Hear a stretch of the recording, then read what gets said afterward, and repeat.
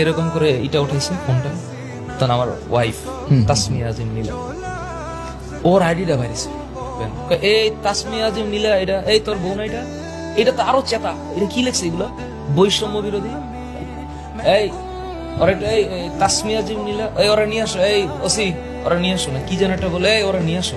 এটা বাড়ি লাগলো আমার, যে তুই আমারে মার, তুই আমার 5টা গুলি কর, সমস্যা নেই, আমার বউরে যদি নিয়ে আসে এখন আমার বাচ্চাটা, তখন চিন্তা করতেছি এখন যদি ওরা নিয়ে আসে, আর আইনে যদি আমার যে মায়ের মারছে তার যদি 2% মায়ের ওরা দেয়, এনে আমি খুন করে ফেলাবো 5টা।